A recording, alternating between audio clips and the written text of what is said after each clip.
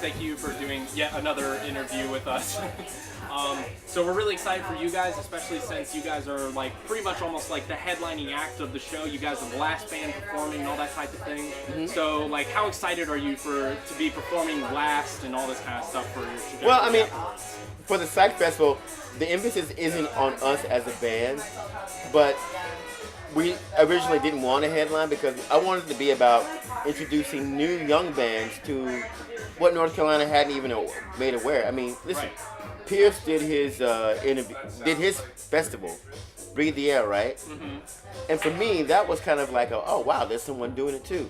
So when I came with my shit to get with him, it just kind of merged. It was like, I mean, there's a whole underground scene in North Carolina no one knows about. Right. So I'm lucky to get hooked up with him. That's what I'm saying. Nice. Okay. So I'm really excited about that, meeting a lot of the bands and getting the energy flowing in North Carolina to put it on the map.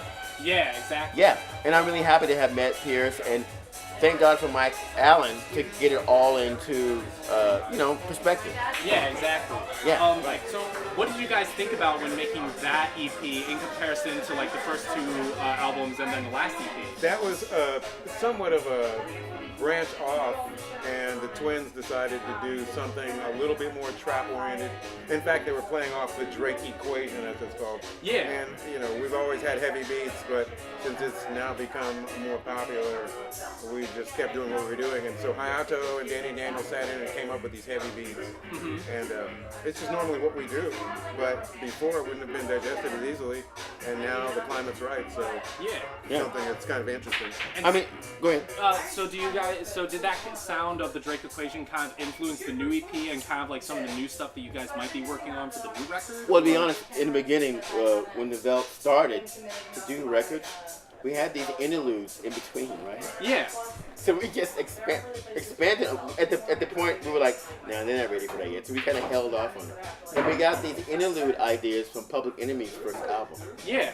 So we're like, what if we did like these little snippets in between our songs, like Public Enemy? Yeah. So Aphrodisiac and Marigolds, the second version, were precursors of that particular sound.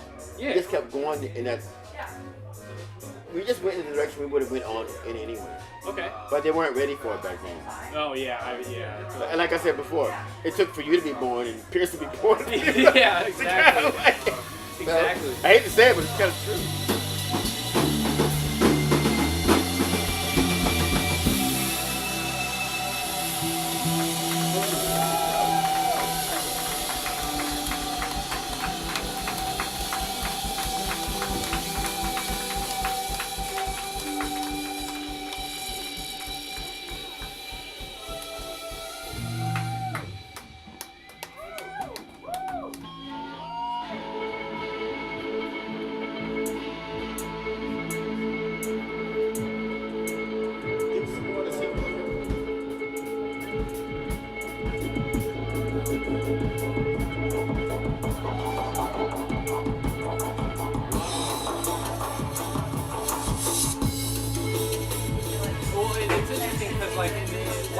That we did for the organizers and that type of thing, you had mentioned that the Veldt hasn't changed, that everything else has kind of like been catching up to you guys. Am I wrong? I think there were a lot of bands that were doing things that were ahead of their time in any genre, and once it's popularized by a certain someone or whatever it takes, be it a movie or an ad these days, or, then they're popular, and then people gravitate towards what people like, and it takes a long time for instance, country music.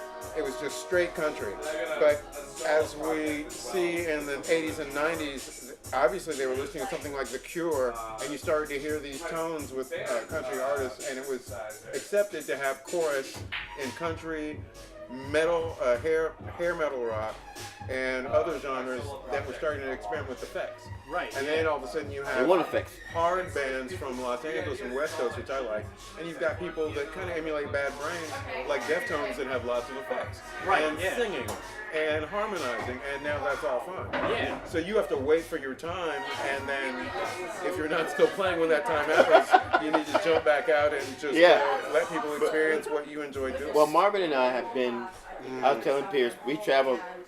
I'm not saying it. We traveled all over, kind Yeah, of no, we already restarted. all over, whatever. We restarted in 2015, I guess. 20, yeah, something like 14, that. Yeah. we did the tour around the southeast, and then in 2015 we played with Brian Jonestown Massacre, and Then we got on all these shoegaze psych festivals. right, that we went to Europe, Yeah. and I lost 20 pounds, and we came back Cause we had no money. recorded, and then we put out those 2 singles on the EP that year.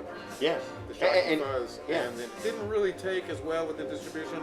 And once we got on Red Eye Worldwide, excuse me, it picked up with the distribution, obviously.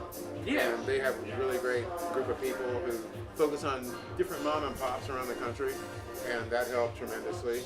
And we got more active on social media sites. Daniel loves that and talking to people. And we've been to Canada, and we played with Pentagram? Toronto bands, your 33 Black Angels, Optical Recording Studios, that whole deal. Yeah. Yeah. So, Well, I mean, it's just like, and having done all that, and then with Phanogram, and then with Modern English. Oh, wow. So, Okay. yeah. We- So I was like, we wanted to get back into these festivals, so they weren't really contacting us. I said, you know what, fuck this shit. I want to do our own shit, so that's why I wanted to put together the Triangle Psych Fest. And when I saw your boy, Pierce, had done it, your boy, and he had the Pink Floyd thing, I said, Mike, I want to do a Triangle Psych Fest, but I want to do it with someone who's has connections with the younger crowd. Yeah. So that's why I got with Pierce. Despite the period, there are lots of things that bring people together in that free-form spirit of just, a festival. Just coming together, everyone's there for one reason. Despite the particular genre, intricacies, people are there to have a picnic, hang out, sit down, look at bubbles in the sky, blow bubbles, get in a dark room and look at the lights while listening to or engaging in whatever they're free to do at that time or want to do.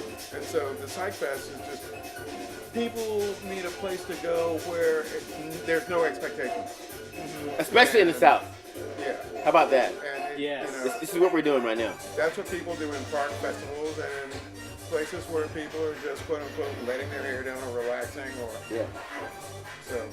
Yeah, it's all good. Now this is where we're making a difference in North Carolina, because they don't expect that from us, and this is why it's so important to work together to make a different scene, to make it matter. When I was very young, I remember going to school kids on Hillsborough Street, and one day I picked up Susie and the Banshees, Nocturne, The Jam, Snap, and OMD, The Dead Girls. In one day, there were 3 albums I bought off the press hot. I can't do that these days. So by giving the other bands this exposure, maybe there might be a young kid to go do the same thing too. You know?